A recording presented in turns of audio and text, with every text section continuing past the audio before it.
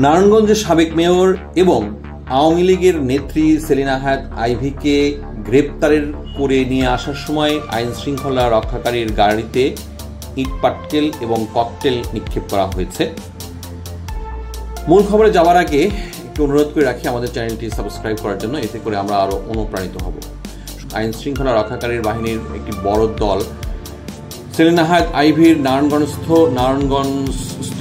দেওভোগ এলাকার একটি বাড়িতে অভিযান চালায় এবং অভিযান শেষ করে আজ শুক্রবার সকাল 6:30টার দিকে তাকে গ্রেপ্তার করে আনার সময় আইন শৃঙ্খলা রক্ষাকারীর প্রায় 15টি গাড়িকে উদ্দেশ্য করে 30-35 জনের একটি দল সেখানে ইটপাটকেল এবং ককটেল নিক্ষেপ করে।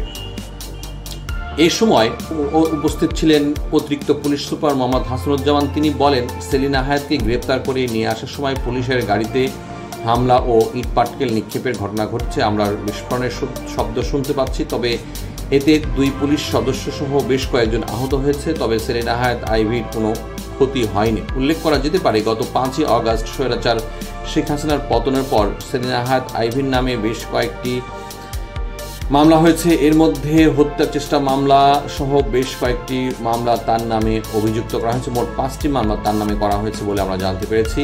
এই ধরনের নিউজ নিয়মিত পেতে আমাদের চ্যানেলটি এখনই সাবস্ক্রাইব করার জন্য অনুরোধ রইল। ধন্যবাদ।